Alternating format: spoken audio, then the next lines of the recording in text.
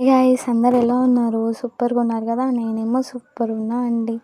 మన ఛానల్‌కి మానిటైజేషన్ అవ్వాలని దేవుడిని కోరుకోండి. అలానే మనం ఈ వీడియోలో కార్తీక దీపం సీరియల్ లేటెస్ట్ ప్రోమో ఎక్స్‌ప్లెయిన్ చేసుకుందాం. అలానే ఒక లైక్ అండ్ సబ్స్క్రైబ్ చేసుకోండి గైస్. మాలిని అలానే దక్షిణామూర్తి ఇద్దరు శివనారాయణ ఇంటికి వస్తారనమాట. వచ్చేసి ఏం శివనారాయణ, నీ మనవరాలికి పెళ్ళి కూడా చేయలేకపోతున్నావా అని దక్షిణామూర్తి అంటాడు.